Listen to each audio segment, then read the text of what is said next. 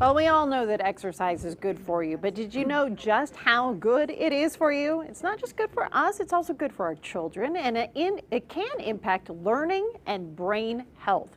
Parenting expert Jackie Insinger from Insinger Insights is here to explain this morning. Good morning, Jackie. Good morning. So tell us, how can exercise affect us in ways that we aren't really aware? Right. We all know a lot of the benefits it has on our body, but the impact it has on our brain is really astonishing, especially on the developing brain. So it's important to really pay attention to all this research and capitalize on it to really help our kids and maximize their success in learning through exercise. Okay, so what about, how does it boost our brain power?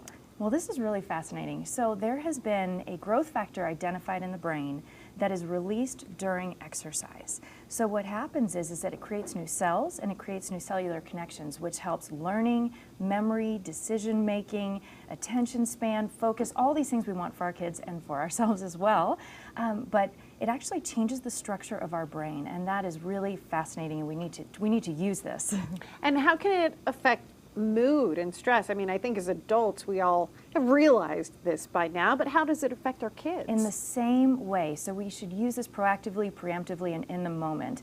So what happens is that exercise really regulates the part of our brain that tells us how we feel. So when we exercise, our mood goes up, and it can decrease stress, depression, anxiety, and even 5 minutes has been shown to help boost your mood. So this is something really to capture with our kids as well as ourselves. And I know there's been a lot of research into how physical activity can actually affect academic performance. Yes, this is crazy. There is tons of global studies from kids 4 to 18 years old that shows the kids who are in more physically fit have a tremendous academic advantage over kids who are not. So the more exercise these kids are able to have, the higher IQ score, the better tests on verbal and math skills, higher attention span and focus, and overall cognitive performance is greater. So this is something that we should keep in mind as maybe, we're having less recess and PE in school, to make sure kids get enough exercise to really maximize their brain capacity and build on that, as we've learned can happen through exercise. I'm sure administrators will be watching that research. What about at home? How much exercise do our kids need every day? What should we be doing with them?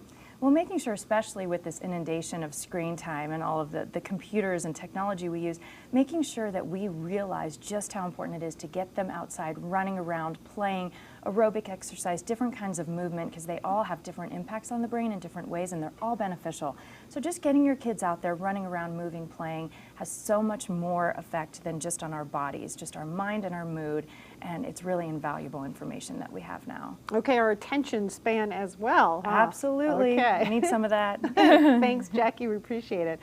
If you want to read more about this subject, the power of exercise, you can read about it in the March issue of Colorado Parent Magazine. It is available now. Tom?